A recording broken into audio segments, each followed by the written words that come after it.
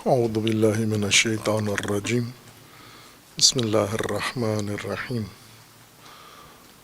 اللہم وفقنا لما تحب وترضى واجعل عاقبۃ امورنا خیرا ولا تکلنا الی انفسنا طرفۃ عین ابدا رب ادخلنی مدخل صدق واخرجنی مخرج صدق واجعل لی من لدنک سلطانا نصیرا۔ سورہ مبارکہ بقرہ میں آیا 1 سے لے کر 20 تک قرآن کریم کا اس سورہ مبارکہ کے آغاز میں ایک ہی سیاق کے اندر قرآن کی حقیقت، کتاب کی ماہیت بیان کی ہے کہ یہ ہدایت ہے اور یہ ہدایت انسان کے لیے ہے، اور ہدایت کے اعتبار سے ہدایت لینے اور نہ لینے کے لحاظ سے انسان 3 گروہ ہیں، 3 طرح کے ہیں۔ پہلا گروہ متقین ہیں جو قرآن کی ہدایت کے لیے مستعد ہیں، آمادہ ہیں اور ہدایت لیتے بھی ہیں۔ ان کی صفات، اہم صفات عمومی ذکر کر دی گئی ہیں، ہر چند قرآن کریم میں آخر تک اس طبقے کی صفات، خصوصیات اور دیگر خصائل ان کے تدریجاً ذکر ہوں گے اور ان کی وضاحت ہوگی۔ جو لوگ قرآن سے ہدایت لینے کے لیے، کتاب سے ہدایت لینے کے لیے مستعد ہیں یا قرآن کے فرمان کے مطابق متقی طبقہ ہے، ان کی خصوصیت یہ ہے کہ یہ ایمان رکھتے ہیں۔ پہلی خصوصیت ان کی ایمان ہے، ایمان قرآن کی اصطلاح کے مطابق، اور دوسری خصوصیت ان کی اقامت الصلاۃ ہے، وہ بھی قرآن کی اصطلاح کے مطابق، اور تیسری خصوصیت ان کی ہے انفاق کرنا جو کچھ اللہ نے ان کو عطا کیا ہے۔ چوتھی خصوصیت ان کی پھر ایمان ہے، لیکن اب پہلے ایمان بالغیب تھا، اب ایمان ما انزل اللہ پر ہے، جو کچھ ہدایت کا منشور اللہ نے نازل کیا ہے ان کے لیے یا ان سے پہلے، اس پر بھی ایمان ہے ان کا۔ اور آخری خصوصیت ان کی یہ ہے کہ یہ آخرت پر، مرحلہ دیگر پر ایمان رکھتے ہیں اور یقین رکھتے ہیں۔ یہ ان کی خصوصیات ہیں، اور پھر انہیں یہ تصدیق کر دی گئی ہے کہ یہ ہدایت پر ہیں۔ ان خصوصیات کے حامل افراد جو عملی طور پر متصف ہوں یہ خصوصیات، اور ان کی تفاصیل جو بعد میں آئیں گی، ایمان کی، اقامت الصلاۃ کی، انفاق کی، اور ایمان بما انزل اللہ و یقین بالآخرہ کی، آگے جو تفصیلات آنے والی ہیں وہ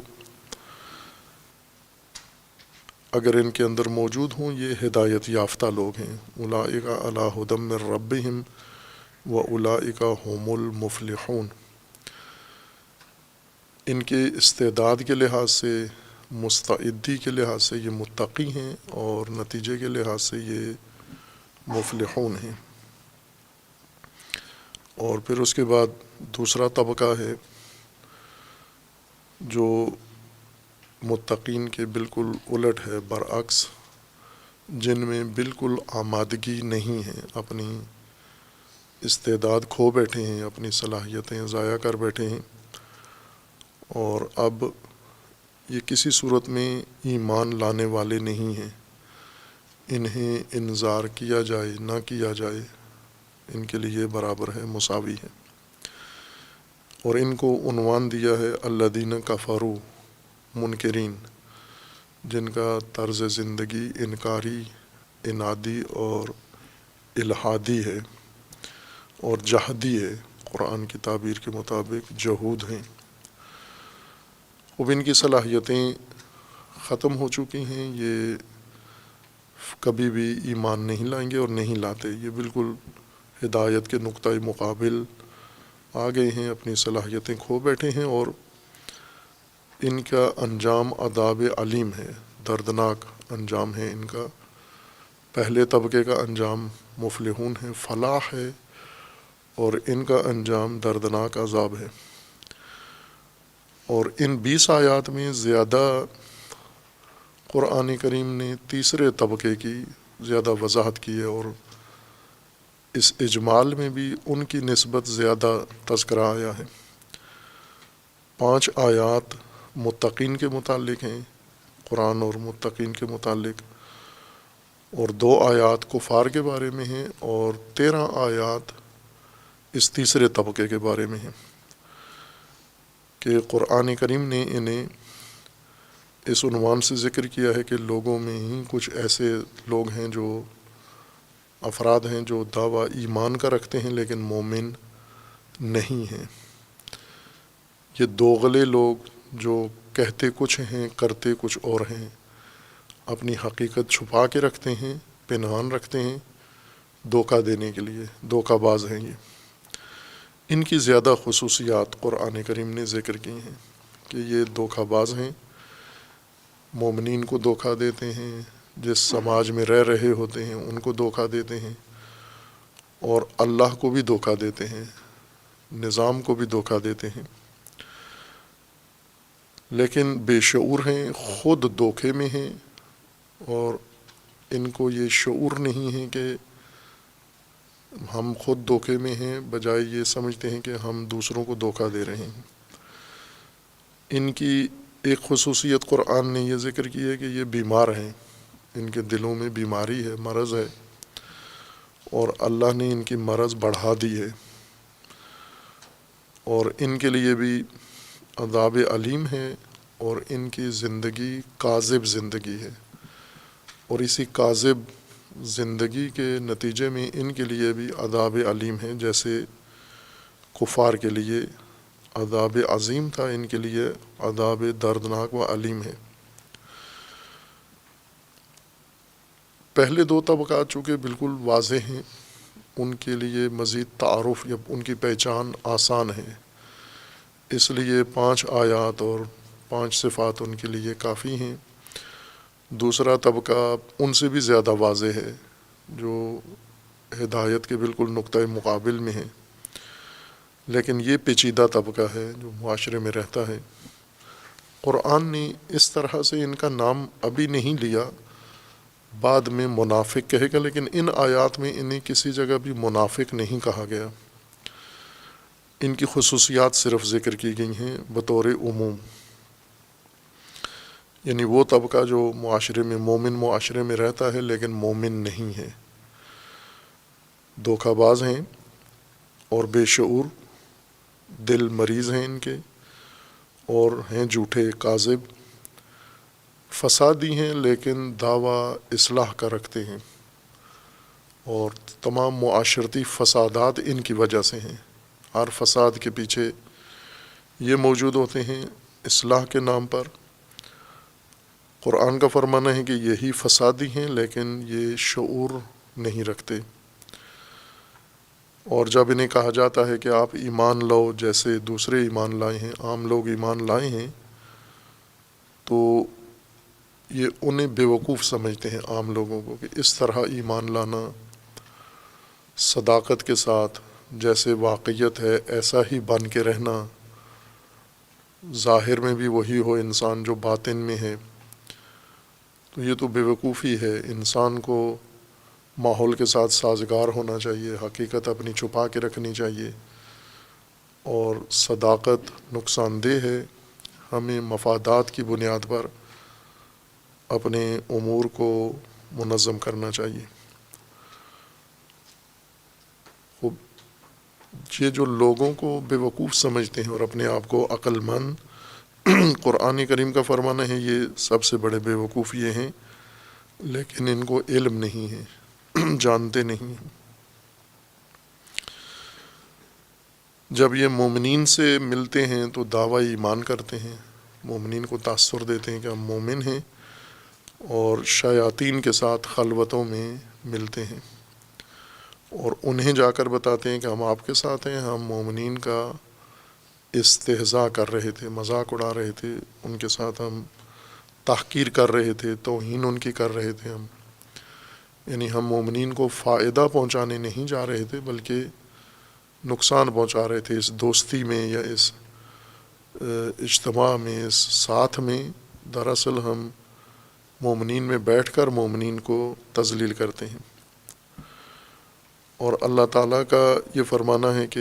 اللہ ان کے ساتھ استہزاء کرتا ہے، اور دوم یہ کہ اللہ ان کے طغیان میں انہیں اور آگے بڑھا دیتا ہے، مزید ان کے اندر طغیان آ جاتا ہے، اور اس طغیان کے اندر یہ زندگی بسر کرتے ہیں بصورت عمہ، یعنی بے بصیرت، مذبذب، مردد، سرگردان، جنہیں کچھ بھی معلوم نہ ہو۔ اور ان کی زندگی کا خلاصہ یہ ہے کہ یہ بدترین تاجر ہیں جنہوں نے ہدایت چھوڑ کر ضلالت و گمراہی اختیار کی ہے، اور اس تجارت میں انہوں نے کوئی نفع نہیں کمایا، وما کانوا مہتدین، ہدایت بھی نہیں ان کے پاس آئی اور ہدایت یافتہ نہیں ہیں۔ اور پھر دو مثالیں قرآن کریم نے ان کے لیے بیان کی ہیں۔ پہلی مثال میں یہ ہے کہ یہ ہدایت کے نور سے محروم ہیں، خود دور ہوئے ہیں، مومن معاشرے میں رہتے ہوئے غیر مومن بن کر زندگی گزار رہے ہیں، اور جس نظام میں رہتے ہیں اس سے استفادہ کر رہے ہیں لیکن اسے اپناتے نہیں ہیں، اس کے معتقد نہیں ہیں، اس پر ایمان نہیں ہے ان کا۔ تو اس طرح انہوں نے اپنے آپ کو نور سے، ہدایت کے نور سے محروم کر دیا ہے اور ظلمات کے اندر ہیں، اور ظلمات کے اندر انہیں محسوس ہوتا ہے کہ ہدایت یافتہ نہیں ہے۔ جب ان کو احساس ہوتا ہے تو یہ اپنے تئیں چارہ جوئی کرتے ہیں، خود ظلمات سے اور اس متحیرانہ زندگی سے، سرگردانی سے باہر آنا چاہتے ہیں، اور باہر آنے کے لیے جو بھی چارہ جوئی کرتے ہیں اس کی مثال آگ جیسی ہے، یعنی آگ جلاتے ہیں اور آگ سے نور کی امید رکھتے ہیں، توقع رکھتے ہیں کہ اس سے روشنی آئے گی۔ توقع روشنی ہے لیکن کام آگ کا ہے کہ آگ جلاتے ہیں، اور آگ کے جلنے سے ان کو معمولی سی روشنی محسوس ہوتی ہے اور اس میں خوشحال ہوتے ہیں تھوڑی دیر کے لیے کہ ہمیں روشنی مل گئی ہے۔ دین کے بغیر، ہدایت کے بغیر، قرآن کے بغیر، مومنین کی روش کو اپنائے بغیر، اللہ کے نظام کو مانے بغیر ہی ہم نے خود سے روشنی کا اہتمام کر لیا ہے۔ اسی اثناء میں یہ آگ، ان کی اس کا نور ختم ہو جاتا ہے اور یہ دوبارہ ظلمات میں آ جاتے ہیں، وہی پہلے والے حالات، اس زحمت کے بعد، اس کوشش کے بعد، اس اقدام کے بعد بھی دوبارہ پہلے والی حالت یا پہلے سے بدتر ظلمت کے اندر زندگی گزارتے ہیں۔ اور چونکہ یہ نور کے ہوتے ہوئے، مومن معاشرے میں رہتے ہوئے، ہدایت کے اسباب و وسائل میسر ہوتے ہوئے یہ اختیاری ظلمت میں رہتے ہیں، اور یہ وہ ہیں جو سنتے نہیں ہیں، دیکھتے نہیں ہیں، بولتے نہیں ہیں۔ جہاں ہدایت کی بات ہے یہ کان نہیں دھرتے اس کے اوپر، جو ہدایت کے مظاہر منظر ہیں یہ دیکھتے نہیں ہیں ان کو، حقائق کو، اور جہاں پر انہیں اقرار و اعتراف کرنا ہوتا ہے وہاں نہیں کرتے، اقرار نہیں کرتے، گنگے کی طرح ہوتے ہیں، کوئی حقیقت، کوئی ہدایت سنتے نہیں ہیں، اور یہ کبھی بھی نور کی طرف پلٹ کے نہیں آئیں گے، ہدایت کی طرف نہیں آئیں گے، چونکہ دو مشکلیں ہیں ان کے اندر، ایک نور چھوڑ دیا ہے اور نار کا سہارا لیا ہے جو انہیں نور فراہم نہیں کر رہی، بلکہ فقط احتراق نار سے ان کو نصیب ہوتا ہے۔ اور دوسرا یہ ہے کہ یہ اپنی صلاحیتوں سے کام بھی نہیں لے رہے ہیں۔ پہلے دوسرے طبقے کے بارے میں تھا کہ ان کی صلاحیتیں ختم ہوئی ہیں، سماعت ختم ہو گئی ہے، بصارت ختم ہو گئی ہے، عقل ختم ہو گئی ہے ان کی۔ ان کے بارے میں کہ ختم نہیں ہوئی، اس سے کام نہیں لیتے، سمن بکمن عمیون ہیں، حواس ہیں، ان کی صلاحیتیں قائم ہیں، زندہ ہیں، لیکن ان سے کام نہیں لیتے یہ، اس وجہ سے یہ کچھ دیکھنے کے قابل نہیں ہیں۔ اور دوسری مثال ہے کہ پہلی مثال میں یہ تھا کہ یہ خود کوشش کرتے ہیں، مل بیٹھتے ہیں اور ظلمت سے نکلنے، ان حالات سے نکلنے کے لیے چارہ جوئی کرتے ہیں، آپس میں مشاورت کرتے ہیں، آپس میں ایک دوسرے کے ساتھ تعاون کرتے ہیں، مل بیٹھ کر تدبیر کرتے ہیں، اور وہ تدبیر انہیں ناکام کر دیتی ہے۔ دوسری مثال میں یہ ہے کہ یہ طبعی طور پر جو ماحول ہے یا دوسروں نے ان کے لیے جو کچھ فراہم کیا ہوا ہے اس کی طرف نگاہیں ڈالے ہوئے ہیں، آسمانوں کی طرف، دوسروں کی طرف، اور وہاں سے نور کی توقع اور انتظار میں ہے کہ ہماری مشکلات، ہمارے مسائل کا حل ہمیں ان آسمانوں سے ملے گا۔ اور اس کی مثال یہ ہے کہ یہ جب دوسرے کسی نظام یا دوسرے کسی فکر کی طرف جاتے ہیں تو وہ گٹا کی طرح ہے ان کے لیے، جس کے اندر ظلمت بھی ہے، رعد ہے، برق ہے، ایک ہراسناک ماحول ہے، اپنے آپ کو اس خطرے میں ڈال دیتے ہیں جا کر۔ پہلی مثال میں خطرات نہیں تھے ان کے لیے، فقط محرومی تھی، ایک ان کی اپنی صلاحیتوں کی محرومی تھی کہ سنتے نہیں ہیں، اقرار اعتراف نہیں کرتے جن چیزوں کا کرنا چاہیے، مانتے نہیں ہیں، دیکھتے نہیں ہیں۔ یہاں پر یہ ہے کہ یہ دوسروں سے جب امیدیں لگا کے بیٹھے ہیں اور انہوں نے انہیں جو کچھ بنا کے دیا ہے وہ خطرات ہیں ان کے لیے، اور شدید خطرات ہیں۔ ان کے اندر ایسے خطرات ہیں کہ انہیں موت نظر آ رہی ہوتی ہے اب، کہ جو رائے حل ہمیں دوسروں نے دیا ہے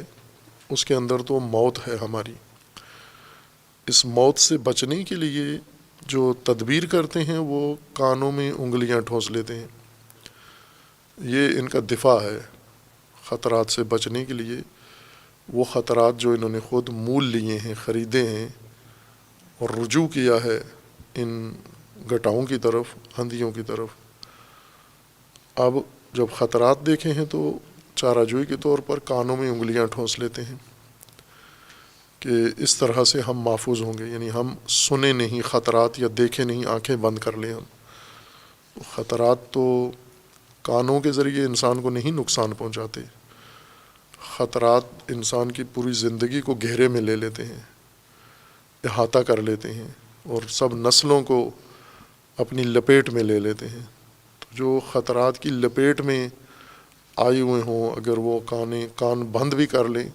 تو خطرات کانوں سے تو داخل نہیں ہوتے انسان کے وجود کے اندر، زندگی کے اندر۔ خطرات کے اپنے راستے ہیں، ان راستوں سے خطرات آتے ہیں اور کسی قوم کو، ملت کو، نسل کو اپنی لپیٹ میں لے لیتے ہیں۔ ان راستوں کو نہیں بند کرتے جن راستوں پہ خطرات ہیں، یا اپنی یہ تدبیر اس سے نہیں توبہ کرتے یا پشیمان ہوتے کہ ہم نے جس طرف رجوع کیا ہے یہ غلط فیصلے ہیں ہمارے، اور نور ہوتے ہوئے نور کی طرف پھر بھی نہیں آتے۔ حفاظت کے لیے یہ عاجزانہ کام کرتے ہیں کہ کانوں میں انگلیاں ٹھونس لیتے ہیں، اور ان کے بارے میں قرآن کا یہ فرمانا ہے کہ اللہ ان پر محیط ہے، یہ بھی حقیقت میں کافر ہیں، اور اللہ اس کافرانہ ان کے ماحول اور زندگی کے اوپر احاطہ کیے ہوئے ہیں، اللہ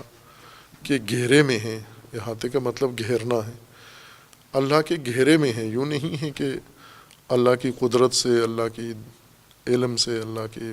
نظام سے یہ باہر ہو چکے ہیں، اور اب اللہ ان کی کوئی مواخذہ نہیں کر سکتا، اللہ ان کی کوئی پکڑ نہیں کر سکتا۔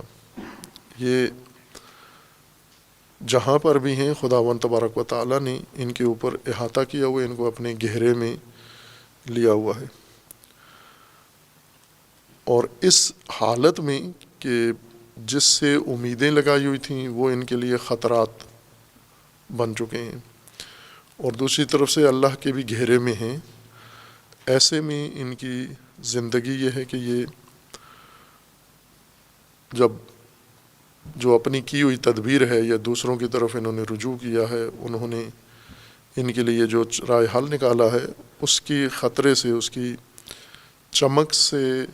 ان کی آنکھیں بند ہو جاتی ہیں، نگاہیں ختم ہو جاتی ہیں، اندھوں کی طرح ہو جاتے ہیں، اور بجلی چمکنے سے یا حالات میں تھوڑا سا کوئی فرق آنے سے، کوئی کسی چیز میں معمولی فرق آ جائے، مثلا کرنسی ریٹ اوپر نیچے ہو جائے، تو یہ خوش ہوتے ہیں کہ ابھی حالات سدھرنے جا رہے ہیں، لیکن فوراً پھر وہ بجلی اس کی ختم ہو جاتی ہے اور دوبارہ وہیں جہاں تھے وہیں کھڑے ہوئے ہیں۔ اور ایسے میں ان کے ان اعمال کے نتیجے میں اگر اللہ چاہے تو ان کی صلاحیتیں بھی ختم ہو جائیں، سمع و بصر بھی ان کی اور عقلیں بھی ان کی موقوف ہو جائیں، تو پھر کسی صورت میں بھی یہ نجات نہیں پا سکتے۔ لیکن اللہ نے اس تیسرے طبقے کے بارے میں فرمایا ہے کہ ابھی ان کی صلاحیتیں مریض ہیں، مرض ہے ان میں، کمزور ہیں، بیماری ہے ان کے اندر، لیکن معتوم نہیں ہوئی ہیں۔ اور مسلمان معاشرے میں یہ جو مسلمانوں کے انداز سے یا مومنوں کے انداز سے رہ رہے ہیں، تو اس صلاحیت سے غلط فائدہ اٹھاتے ہیں، لیکن صلاحیت ابھی باقی ہے ان کے اندر، ہر چند کمزور اور مریض ہیں۔ خوب یہ ابتدائیہ تھا سورہ مبارکہ بقرہ کا، جس میں پہلا کام قرآن کا تعارف، اور پھر 3 طبقات ہدایت کے مقابلے میں 3 رویے، 3 انداز قرآن نے ذکر فرمائے ہیں۔ اب یہاں سے آگے اب قرآن کریم نے اصل پیغام شروع کیا ہے، یعنی طبقات کی تشریح کرنے کے بعد اور قرآن کا تعارف کروانے کے بعد اب اللہ نے ہدایت کا باقاعدہ آغاز ان کو سمجھانے کے لیے، بتانے کے لیے کیا ہے، یہ بتانے کے بعد کہ جو اس ہدایت تک پہنچیں گے وہ متقی ہیں، اور کچھ لوگ اس کو بالکل سنیں گے نہیں، اور کچھ دوغلا کام کریں گے، تظاہر یہ کریں گے کہ یہ پڑھ رہے ہیں ہدایت، یہ قرآن سمجھ رہے ہیں جبکہ نہیں سمجھ رہے ہیں، ان کے ذہنوں میں دھوکہ ہے، دھوکے کے لیے یہ اظہار کریں گے لیکن سمجھیں گے نہیں۔ اس حقیقت کو واضح کرنے کے بعد اب قرآن کریم نے اپنا پیغام انسان کو بتانا شروع کیا ہے۔ یا ایھا الناس اعبدوا ربکم الذی خلقکم والذین من قبلکم لعلکم تتقون الذی جعل لکم الارض فراشا والسماء بناء وانزل من السماء ماء فاخرج به من الثمرات رزقا لکم فلا تجعلوا للہ اندادا وانتم تعلمون۔ خوب، اب ہدایت کا جب آغاز ہے تو یہاں اس تقسیم کے بعد خطاب پھر بھی عمومی ہے۔ قاعدے کے مطابق یہاں ہونا یہ چاہیے تھا کہ یا ایھا المتقون، متقیوں کو خطاب ہونا چاہیے تھا، چونکہ وہ ہدایت پذیر ہیں، ہدایت کے لیے مستعد وہ ہیں، لیکن ان کے بجائے تمام انسانیت کو خطاب ہے، تمام طبقات کو، اس میں متقی بھی شامل ہیں، اس میں کفار بھی شامل ہیں، اس میں یہ تیسرا طبقہ کہ جسے یہاں قرآن نے نہیں کہا منافق، اوصاف وہی ذکر کیے ہیں. تو ہم یہیں کی آیات کے مطابق یعنی مریض طبقہ اور متذبذب طبقہ یا دھوکہ باز طبقہ، دوغلا طبقہ جو اپنے آپ کی حقیقت چھپا کے مومنوں کے اندر گھسا ہوا ہے، ان سب کو خطاب کیا ہے ایھا الناس کے عنوان سے. اور یہ قرآن کریم کے بہت ساری آیات کے اندر یہ خصوصیت ہے. یہ خطابات قرآن کریم کے زیادہ اہمیت کے حامل ہیں، اور اس سے ہمیں قرآن کی شناخت اور قرآن کا مخاطب اور قرآن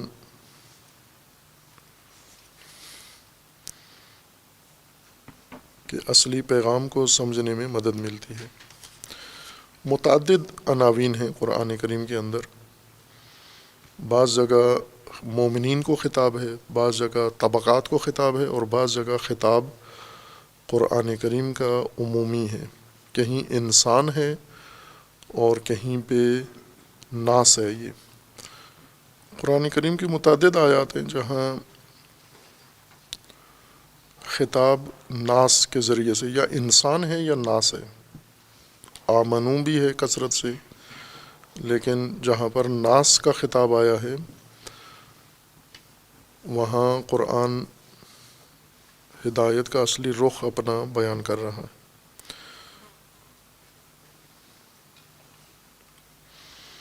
سورہ مبارکہ بقرہ میں آیا 168 میں تکرار ہے، پھر خطاب ناس کو ہے. سورہ مبارکہ بقرہ میں یا ایھا الناس کلوا مما فی الارض حلالا طیبا ولا تتبعوا خطوات الشیطان انہ لکم عدو مبین. کہ یہاں پر بھی خطاب ناس کو ہے، پہلے ناس کی ہی باس کر کے اور مخاطب انسان کو قرار دیا، تمام انسانیت کو مخاطب قرار دیا ہے. سورہ اعراف آیا 158 میں ہے قل یا ایھا الناس انی رسول اللہ الیکم جمیعا الذی لہ ملک السماوات والارض لا الہ الا ھو یحیی ویمیت فآمنوا باللہ ورسولہ النبی الامی الذی یؤمن باللہ وکلماتہ واتبعوہ لعلکم تہتدون. یہاں پر پھر خطاب عمومی تمام انسانوں کے لیے خداوند نے خطاب کیا، اور رسول اللہ صلی اللہ علیہ وآلہ وسلم کو حکم ہے کہ آپ تمام لوگوں کو خطاب کریں، قل ایھا الناس. اسی طرح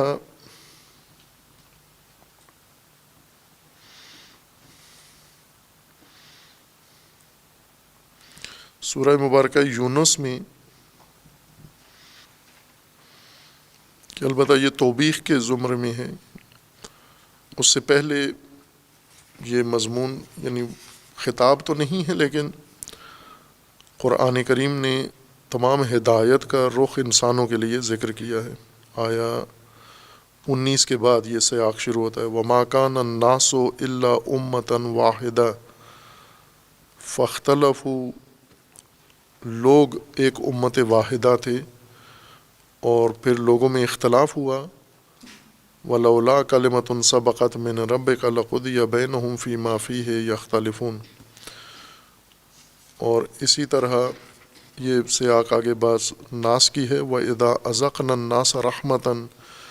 مِّن بَعْدِ ضَرَّاءَ مَسَّتْهُمْ إِذَا لَهُمْ مَكْرٌ فِي آيَاتِنَا. اور پھر اسی آیت کے آگے ہے فَلَمَّا أَنْجَاهُمْ إِذَا هُمْ يَبْغُونَ فِي الْأَرْضِ بِغَيْرِ الْحَقِّ يَا أَيُّهَا النَّاسُ إِنَّمَا بَغْيُكُمْ عَلَىٰ أَنفُسِكُمْ مَتَاعَ الْحَيَاةِ الدُّنْيَا ثُمَّ إِلَيْنَا مَرْجِعُكُمْ فَيُنَبِّئُكُمْ بِمَا كُنْتُمْ تَعْمَلُونَ. اور اسی طرح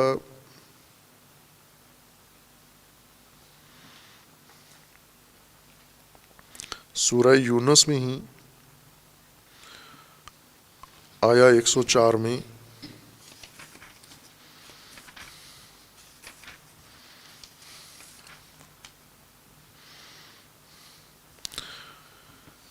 قل یا ایھا الناس ان کنتم فی شک من دینی فلا اعبد الذین تعبدون من دون اللہ ولکن اعبد اللہ الذی یتوفاکم وامرت ان اکون من المؤمنین۔ یہاں بھی خطاب ناس کو ہے، اور سورہ یونس میں ہی آیا 108 میں بھی قل یا ایھا الناس قد جاءکم الحق من ربکم فمن اہتدی فانما یہتدی لنفسہ ومن ضل فانما یضل علیہا وما انا علیکم بوکیل۔ خوب، اس طرح کی اور متعدد آیات ہیں جن میں خطاب ناس کو ہے۔ بہت ساری قرآن کریم کی آیات ہیں، جیسے سورہ حج میں ہے یا ایھا الناس اتقوا ربکم ان زلزلۃ الساعۃ شیء عظیم، یا ایھا الناس ان کنتم فی ریب من البعث قل یا ایھا الناس انما انا لکم نذیر مبین، یا ایھا الناس علمنا منطق الطیر، کہ یہ خطاب ہے حضرت سلیمان کی زبان سے، پھر ناس کو خطاب ہے۔ اور یہ خطابات قرآن کریم کے کہیں رسول اللہ صلی اللہ علیہ وآلہ وسلم کو خطاب ہے، یا ایھا النبی، یا ایھا الرسول، یا ایھا المزمل، یا ایھا المدثر۔ یہ خطاب مختص ہے رسول اللہ صلی اللہ علیہ وآلہ وسلم کے لیے۔ بعض جگہ خطاب مومنین کو ہے کثرت سے، یا ایھا الذین آمنوا، اور بعض جگہ پر خطاب ہے ایھا الناس یا ایھا الناس، دونوں طرح کے۔ توبیخی خطاب بھی ناس کے لیے ہیں، اور ہدایت کے عنوان سے مخاطب قرار دینے کے لیے بھی یہ خطاب ناس کے ہیں۔ خب یہاں سے اب اللہ تعالیٰ نے جب اصل پیغام اپنا ہدایت کا لوگوں کی طرف متوجہ کیا ہے، تو باوجود یہ 3 طبقات ذکر کر کے خطاب پھر بھی ناس کا ہے، یا ایھا الناس اعبدوا ربکم الذی خلقکم والذین من قبلکم لعلکم تتقون۔ اور ہدایت کی بنیاد و اساس پہلے بیان کی ہے ناس کو، تمام ناس کو۔ ناس کے عنوان سے خطاب قرآن کی عمومیت ہر پہلو سے ہے، زمان کے لحاظ سے بھی، چونکہ ناس میں کوئی قید نہیں ہے کہ کس زمانے کے ناس، اور مکان کے لحاظ سے بھی کہ کس علاقے کے ناس یا کس زبان کے لوگ، تمام لوگ، تمام انسانیت ایھا الناس۔ اب یہ جیسا علماء نے، ادبیات کے علماء نے وضاحت کی ہے ان خطابات کے لیے، اور خصوصاً علماء منطق نے جس طرح ان خطابات کی تحلیل کی ہے، تجزیہ کیا ہے، تو اس کے مطابق یہ تمام بشریت کو خطاب ہے، تمام انسانیت کو خطاب ہے۔ اور یہ اختصاص ہے قرآن کریم کا کہ قرآن کی ہدایت نہ کسی زمان کے ساتھ مختص ہے، نہ کسی مکان کے ساتھ مختص ہے۔ یہ جو بعض بزرگان دین نے ہماری توجہ دلائی ہے اس بات کی طرف کہ دین کے اندر زمان و مکان و جغرافیہ یا رنگ و نسل خاص عہد دخیل نہیں ہے، ان خطابات سے بخوبی ثابت ہو جاتا ہے کہ چونکہ ایھا الناس بغیر کسی قید کے ہے۔ البتہ یہ بات ہے کہ جو لوگ موجود نہیں ہیں انہیں خطاب ندا کیسے دی جا سکتی ہے، چونکہ یا حرف ندا ہے، اور ندا میں حاضر ہونا سب کا ضروری ہے۔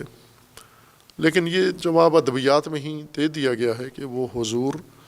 ضروری نہیں کہ جسمانی حضور ہو یا زمانی حضور ہو، وہ حضور مخاطب کا، یعنی آپ کسی کو بھی مخاطب کے لیے اس کا حضور فرض کر سکتے ہیں۔ اور اسی طرح ادبیات ہیں کہ تمام زبانوں کے اندر جب خطاب کیا جاتا ہے، گزشتگان کو خطاب کیا جاتا ہے حاضر فرض کر کے، یا جو آئندہ آنے والے ہیں یا جو غائب ہیں، یہاں نہیں ہیں موجود، انہیں بھی خطاب کیا جاتا ہے۔ ہر زبان کا اسلوب ہے کہ وہ انہیں حاضر فرض کر کے یہ خطاب کرتے ہیں۔ خوب اسی طرح قرآن کریم میں اللہ تعالیٰ نے تمام انسانوں کو خطاب کیا ہے، خواہ وہ جسمانی طور پر زمانی طور پر موجود ہیں خطاب کے وقت سامنے بیٹھے ہوئے، یا موجود ہیں لیکن ابھی سامنے موجود نہیں ہیں، دوسرے علاقوں کے اندر ہیں، یا ابھی وجود میں ہی نہیں آئے ہیں اور انہیں بعد میں وجود میں آنا ہے، یہ سب اس خطاب کا مشمول ہے۔ یا ایھا الناس،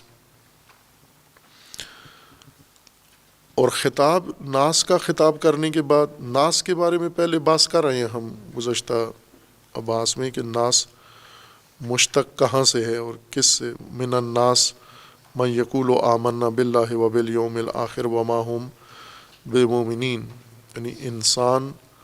کو قرآن نے دو عنوان دیے ہیں، انسان، بنی آدم کو انسان اور ناس، اور دونوں کا مادہ ذکر کیا تھا کہ ایک ہی مادہ سے ہیں، انس کے مادہ سے نکلے ہیں، اور چونکہ مانوس مخلوق ہے انسان،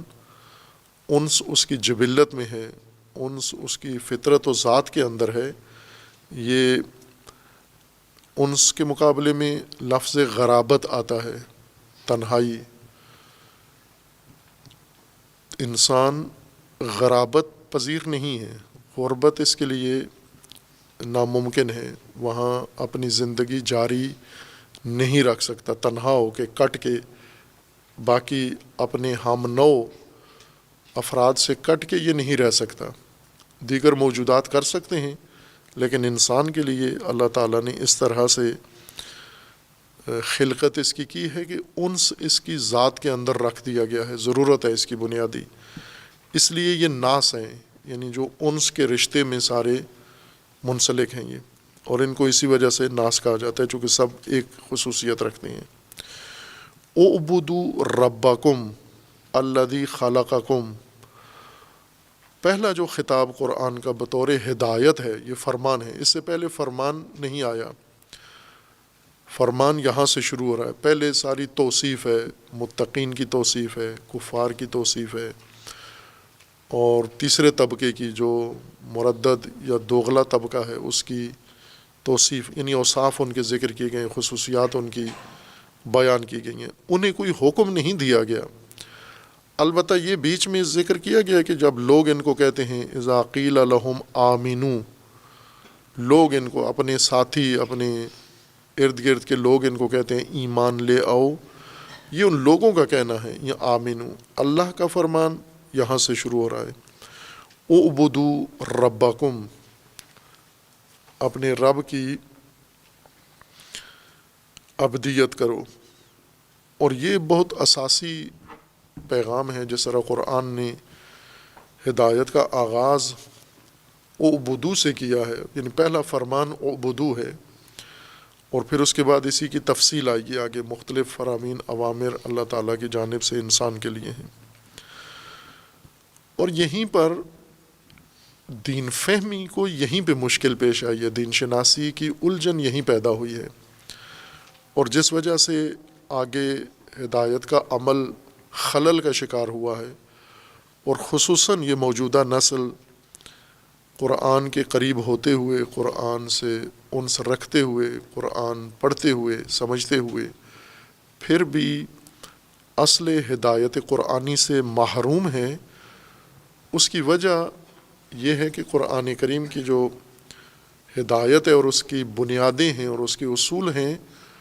ان کی تفسیر میں مشکل پیش آئی ہے، الجھن پیش آئی ہے، اور خصوصاً اس بنیادی مسئلے میں، یعنی ہدایت کے دو رکن ہیں، ایک الوہیت ہے اور ایک عبودیت ہے۔ یہ دو رمزیں اگر انسان کو سمجھ میں آ جائیں، تمام دین سمجھ میں آ جاتا ہے، اور اگر ان میں انسان الجھن کا شکار ہو جائے، سرگردان ہو جائے، حیرت میں پڑ جائے، نافہمی میں پڑ جائے، اور کسی ان دونوں کے متعلق تفسیر میں یا ان کے فہم میں کسی اشتباہ کا شکار ہو جائے، آخر تک وہ عمارت کج جائے گی کہ یہ خشت اول ہے ہدایت کی۔ ہر چیز اگر عبودیت واضح نہیں ہے کس کو کہتے ہیں، اور الوہیت واضح نہیں ہے، چونکہ بعد میں قرآن کریم نے یہاں عبودیت کو ربوبیت سے جوڑا ہے اور ربوبیت کے بعد خالقیت ہے، لیکن بہت جلدی ہی یہ سارے عناوین الوہیت کی طرف لوٹ کر آ جائیں گے، اور جو اصل بنیادی ہدایت کا مطلب ہے، ضابطہ ہے، وہ لا الہ الا اللہ ہو جائے گا۔ یعنی یہ سب کچھ لوٹ کے اس اللہ کی الہیت یا اللہ کی الوہیت کی طرف مطلب لوٹ کر آ جاتا ہے۔ اور اسی میں زیادہ مشکل پیش آئی ہے کہ اعبدو، اللہ کی عبادت کرو، یہ ترجمہ کیا جاتا ہے یا تفسیر کی جاتی ہے، اے لوگو اپنے رب کی عبادت کرو جس نے تمہیں پیدا کیا ہے اور جس نے تم سے پہلے والوں کو پیدا کیا ہے، تاکہ شاید، جو ترجمے رائے جائیں، شاید تم باتقویٰ ہو جاؤ، لعلکم تتقون۔ اور عبادت کو جو تفسیر کی گئی ہے، ترجمہ کیا گیا ہے عبادت کا، وہ ہے پوجا، کہ آپ اللہ کی پوجا کرو، جس کو ہندی میں اور اردو میں پوجا کہتے ہیں اور فارسی میں پرستش کہتے ہیں، کہ آپ اللہ کی پرستش کرو، اللہ کی پوجا کرو یا اپنے رب کی پوجا کرو جس نے تمہیں پیدا کیا ہے اور تم سے پہلے والوں کو پیدا کیا ہے۔ خوب یہیں سے یہ مطلب ہدایت کا رخ مڑ جاتا ہے اس جہت کی طرف جدھر قرآن نے نہیں موڑا۔ قرآن ہدایت کو بنیاد قرار دے رہا ہے اسی نقطے کے اوپر کہ آغاز عبودیت ہے و عبدیت ہے۔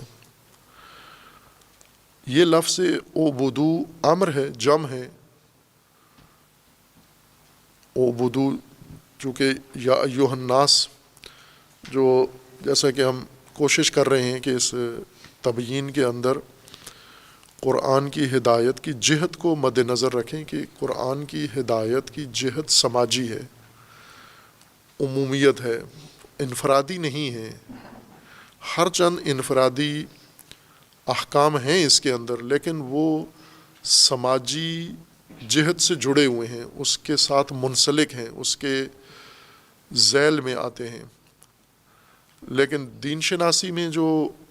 ایک کہہ سکتے ہیں ہم خلل پیدا ہوا ہے، وہ یہ کہ تمام سماجی ہدایت کو انفرادی قالب میں بدل دیا گیا ہے، اور جب بھی ہم کسی چیز کی ماہیت کو ہی بدل دیں، اس کی بنیادی صفت کو بدل دیں، تو وہ اپنی اصلی حالت میں باقی نہیں رہتی۔ مثلا ہم ایک عمومی مسئلہ ہے، سماجی مسئلہ ہے، اس کو انفرادی بنا کے لاگو بھی کریں، نافذ بھی کریں، اس سماجی قانون کو انفرادی قانون بنا دیں، تو وہیں پہ خلل آ جاتا ہے۔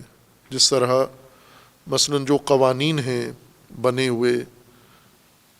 روزمرہ زندگی کے، کوئی بھی قوانین ہیں، جیسے معمول کا ایک قانون ہے جو مثالوں میں عموماً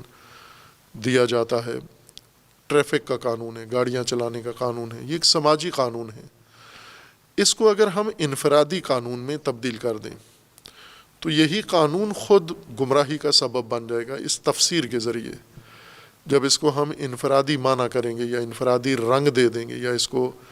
انفرادی جہت دے دیں گے کہ یہ تو ہر فرد کے اپنی انفرادی اور نجی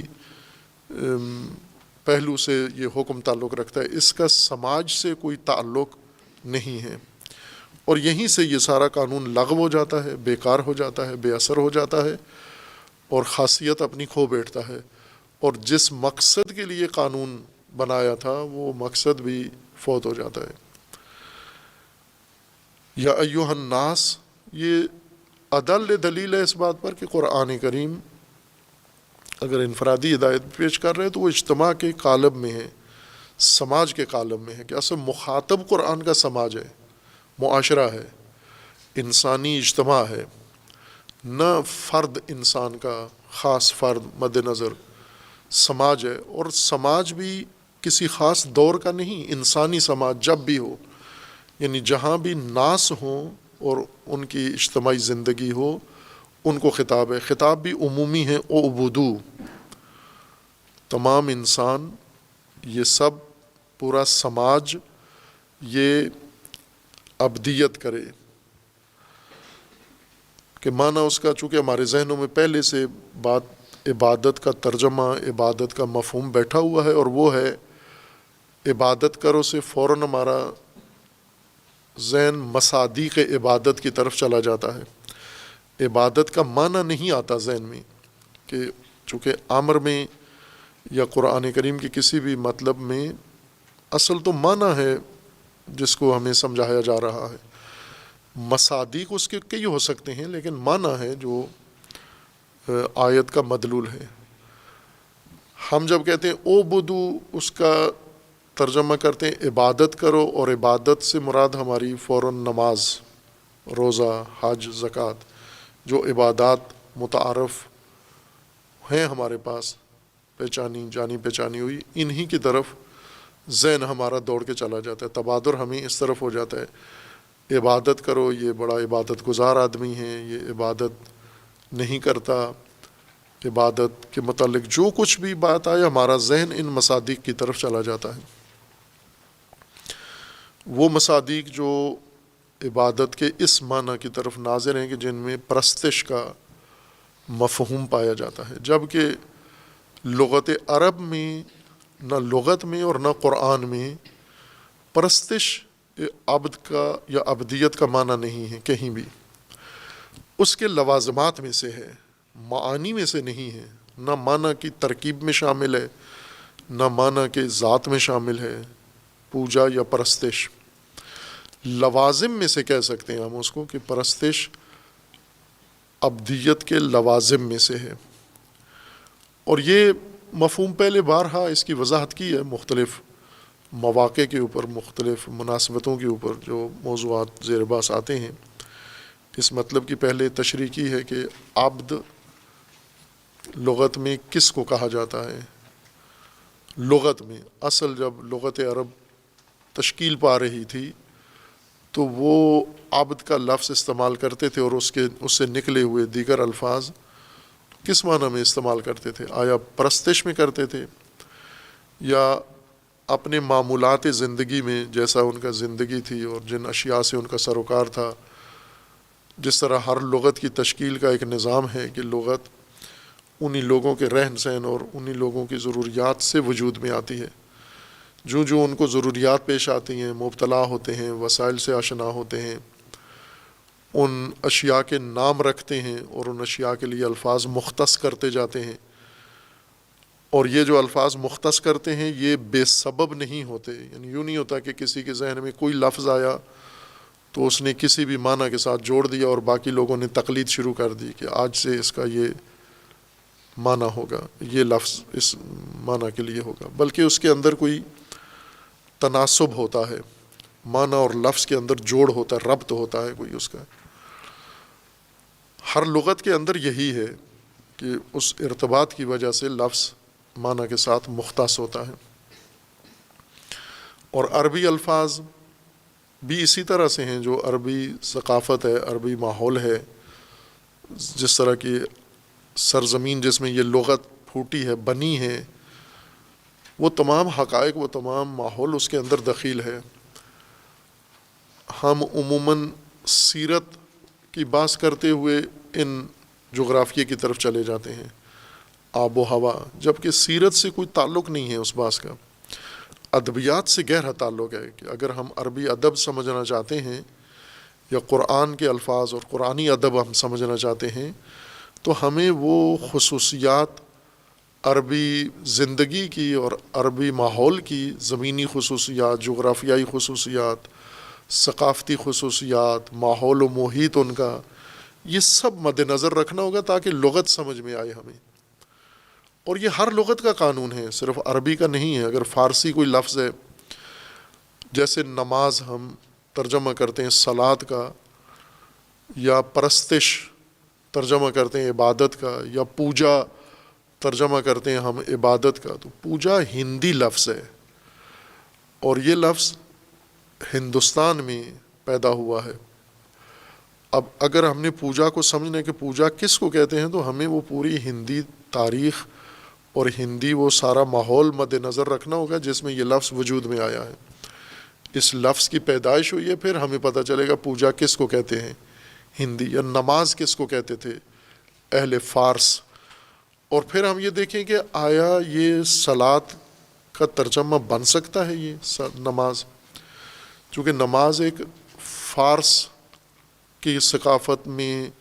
رائج ایک معنی کے لیے استعمال ہوتا تھا، ایک عمل کے لیے نماز اس کو لفظ استعمال کرتے تھے. عرب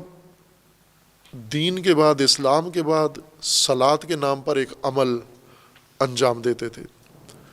اور اہل فارس نے جب اہل عرب کو دیکھا یہ عمل کرتے ہوئے تو انہیں یہ لگا کہ یہ تو وہی عمل ہے جو ہم نماز کے عنوان سے انجام دیتے ہیں، لہٰذا انہوں نے اس کا ترجمہ نماز کرنا شروع کر دیا، اور یہیں سے دوری ہو گئی حقیقت صلاۃ سے. اسی طرح پرستش فارس، اہل فارس کے ہاں ایک عمل، سماجی عمل تھا جو انجام پاتا تھا. عام روزمرہ زندگی میں لوگ پرستش کرتے تھے، اور پھر جب عربی پیغام آیا، عربی دین آیا، عربی اسلام قرآن فارس میں آیا، تو اس میں لفظ عبد یا عبدیت تھا ایک عمل کے طور پر، کہ اہل عرب جب آئے تو وہ مشغول عمل عبادت یا عبدیت تھے. فارس نے جب دیکھا کہ یہ جو جس چیز کو عبدیت کہتے ہیں، اس کو ہمارے ہاں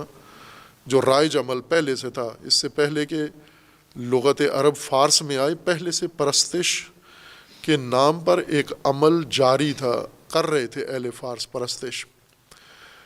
انہیں یہ لگا کہ عرب جس کو عبدیت کہتے ہیں یہ وہی ہمارا پہلے کا رائج عمل ہے، لہٰذا انہوں نے یوں نہیں کیا کہ عبدیت کا معنی لیا ہو عرب سے، یا عرب مبلغین نے ان کو عبدیت کا عمل کرایا ہو، بلکہ انہوں نے جو پہلے سے عمل تھا اس کو تطبیق کیا کہ عبدیت یہ جس کو کہتے ہیں وہ وہی ہماری پرستش ہی ہے، لہٰذا اسی پرستش کو. یا مثلا لفظ عبدیت جب ہندوستان آیا اور عبدیت کا جو عمل تھا اہل اسلام کے عمل میں، اہل ہند نے دیکھا کہ یہ تو وہی پوجا ہے جو ہم کر رہے ہیں، یہ پوجا ہی چاہتے ہیں ہم سے، پوجا کریں ہم. تو اس طرح یہ کسی اور تہذیب کے اندر سے پیٹ سے پیدا ہوئے الفاظ یہ جوڑ دیے ہم نے قرآنی معارف کے ساتھ، جبکہ قرآنی معارف میں لغت کی بنیاد عرب ہے، نہ عجم ہے نہ فارسی لغت ہے. یعنی پوجا ایک عمل ہے، رائج و متعارف عمل ہے، سب جانتے ہیں پوجا کس کو کہتے ہیں،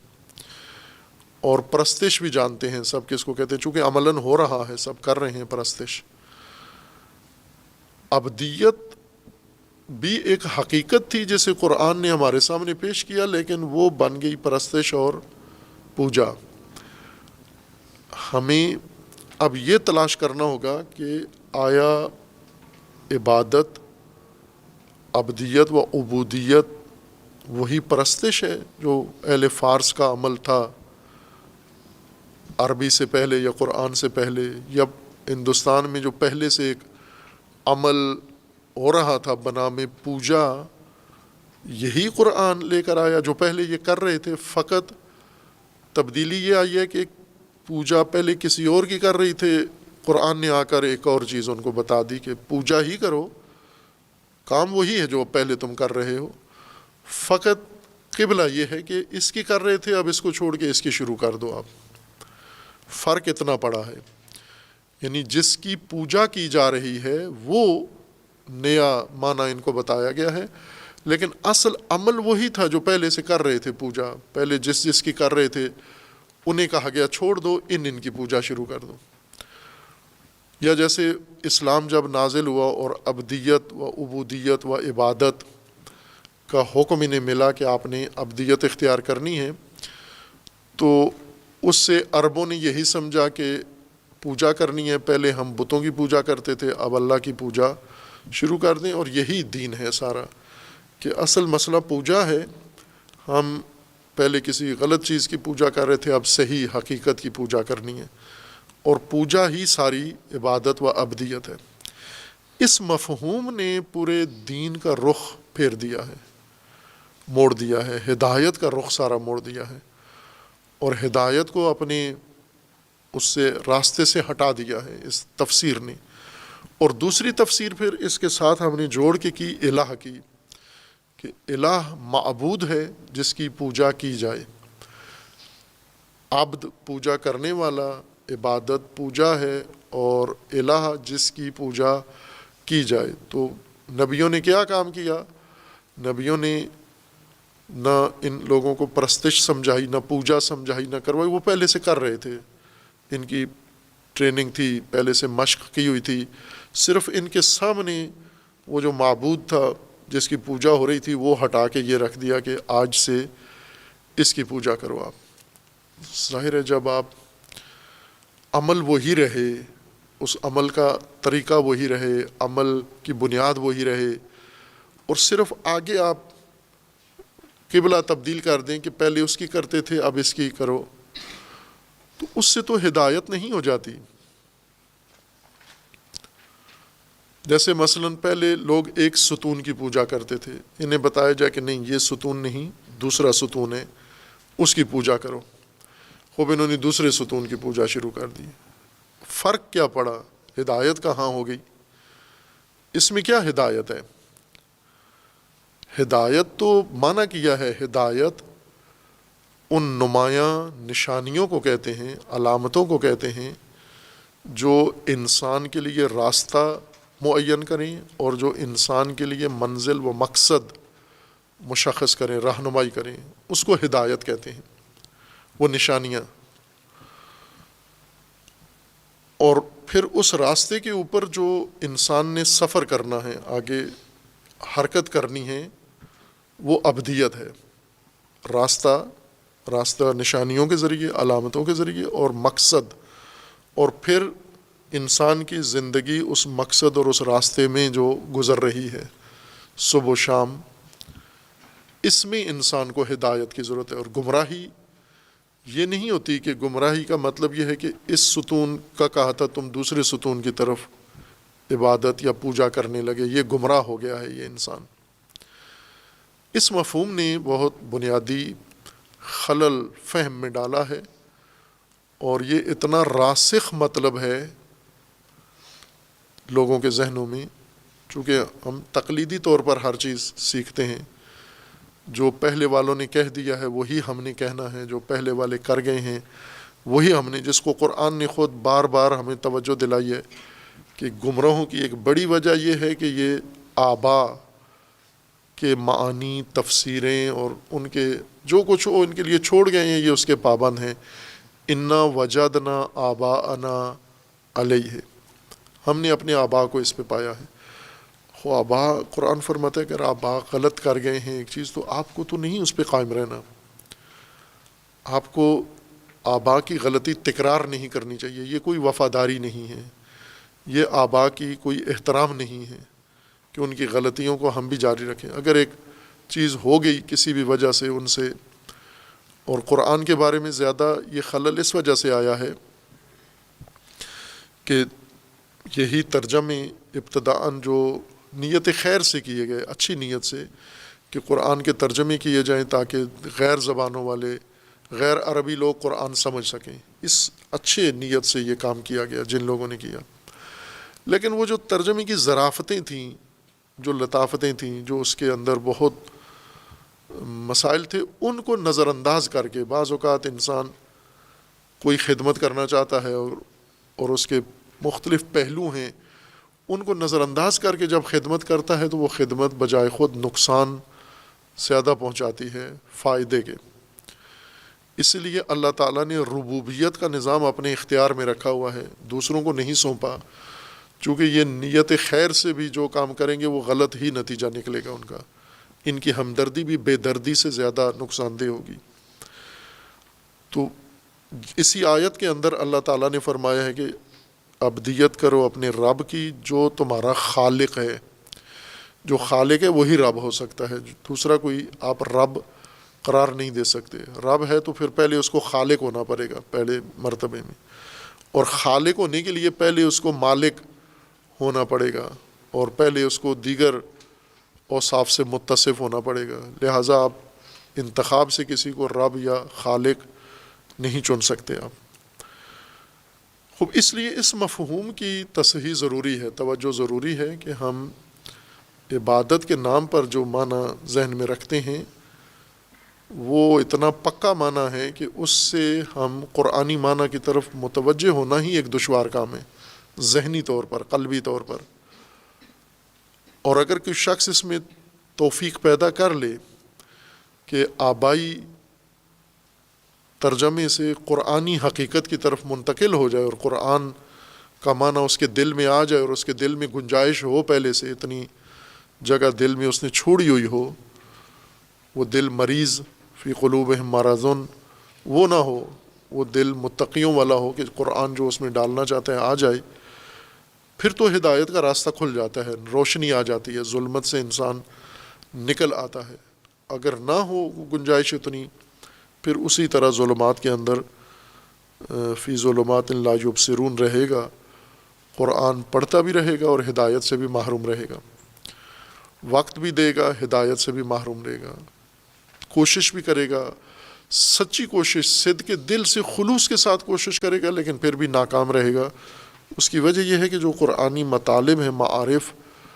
وہ دل میں آ نہیں رہے۔ کیوں نہیں آ رہے؟ کہ چونکہ پچھلے مفروضے جو ذہن میں تقلیدی مفروضے بیٹھے ہوئے ہیں، وہ اس حقیقت کو، نور کو ہمارے دل میں اترنے نہیں دے رہے، انہیں باہر ہی رکھا ہوا ہے، وہ کانوں سے ٹکرا کے وہ آوازیں وہیں معدوم ہو جاتی ہیں۔ اس مطلب کو انشاءاللہ بعد میں عرض کریں گے۔ وصلی اللہ علی محمد۔